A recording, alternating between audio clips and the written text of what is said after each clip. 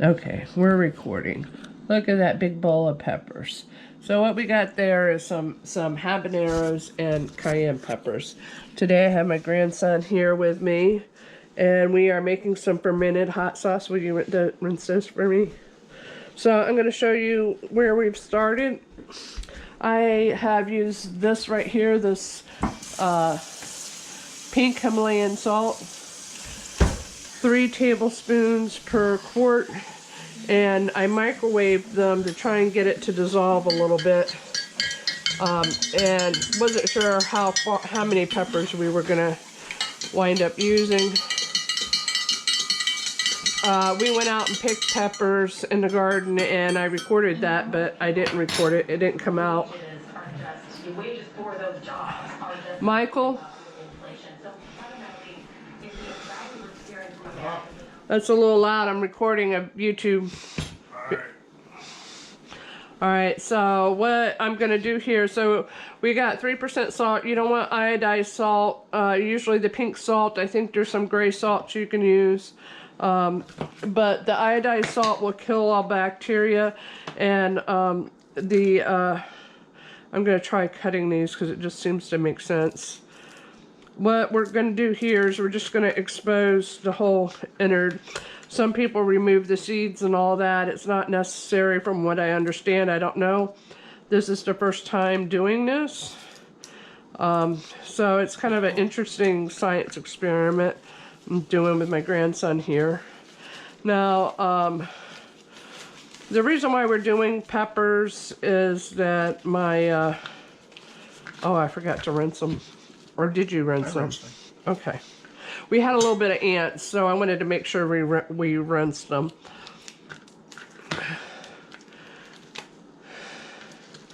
Yeah, just like I said, I'm worried about you getting fire hands. Yeah, no, I got the paper towel. Yeah, well, it leaks juice, so. We'll see.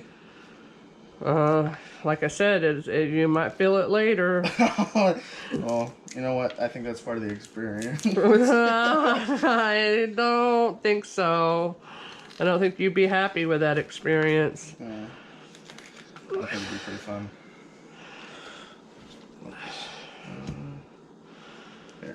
You want to try a pair of gloves? You can try a pair of gloves. We'll see. I need like... Wash your hands and then try some gloves. How's that? Okay. Yeah, don't do that. Wash your hands, please. Excuse me, I don't mean to be bossy, but that's my grandson there. I don't want him in pain. And anyways, we had made a nice video out in the garden, but dumb grandma didn't push the right button, so it didn't record. Anyhow, I also like to encourage people to do fun things with their grandkids, whether this hot sauce comes out good or with their, you know, with your kids. You know, gardening doesn't have to all be pulling weeds and so forth. And sometimes the harvest is the funnest part. So, and trying new foods when you have an overabundance. Part of the reason why we done peppers this year, I was getting into that a little bit, is my son passed away this year, and his favorite thing to grow was the Carolina Reapers. So the only hot spicy peppers that were available were habaneros, so I decided to go that route. And you know, and thinking and memorializing his passing and so forth. He used to like to have challenges with the kids to eat those hot peppers, you know, and stuff, which that's not really me, but we'll see. Supposedly the fermentation process is supposed to take some of the heat out, and we can always water it down with something else, and if nothing else, then we'll have a great insecticide, or the moles and voles and things like that. I can attest that some really hot pepper seasoning and cinnamon and a few other things to keep them away from. Oh, they do fit you. Not very well. It works. As long as it ain't got a hole.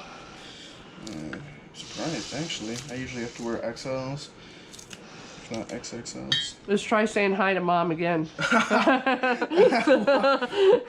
Hi, Mom. And so my daughter also grew a bunch of peppers this year. And, you know, I think she got a couple garden statues.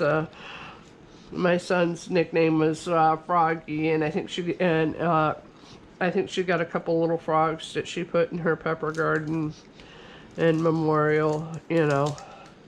So like I say,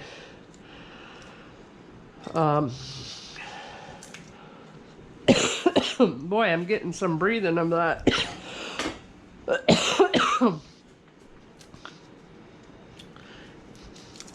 So the 3 tablespoons of salt in the water. I microwaved it. I know it's a bad thing to do when you're homesteading. You're supposed to boil it, but I'm lazy.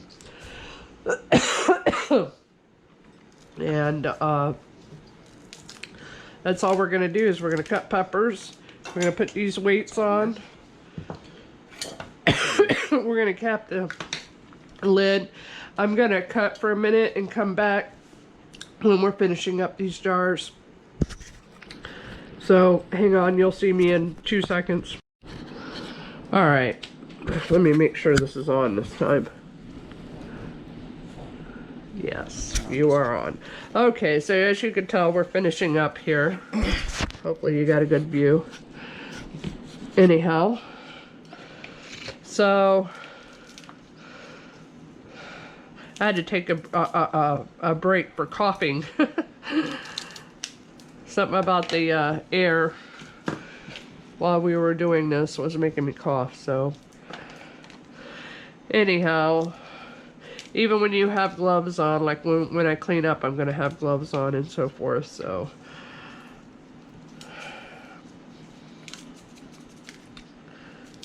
and any of you guys who have done this type of ferment before, please tell us everything we did wrong.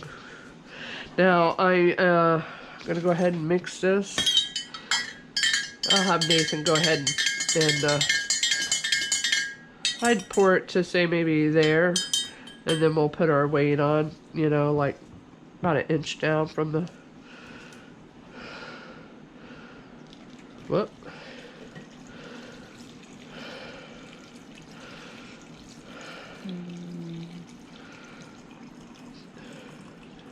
Good?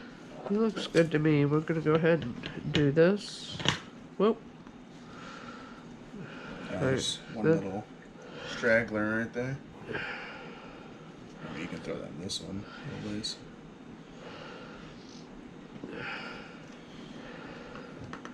Well, we got a few floaties. Yeah, but start jiggling and wiggling, and they all would have floated up. Well, I'm kind of wondering if I don't need 2 weights or something. No. Alright, so we'll go ahead and try the next jar.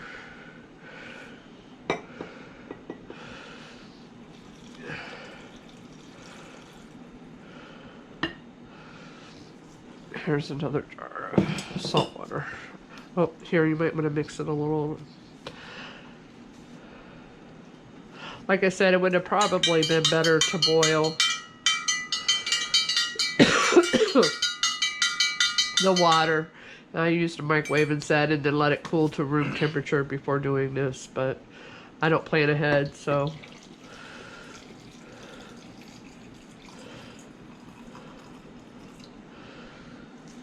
Okay, then we're gonna put this lid on it. No floaters.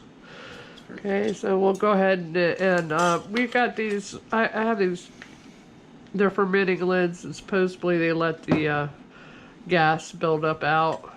And we just put it on like that. You can grab one, Nathan, here.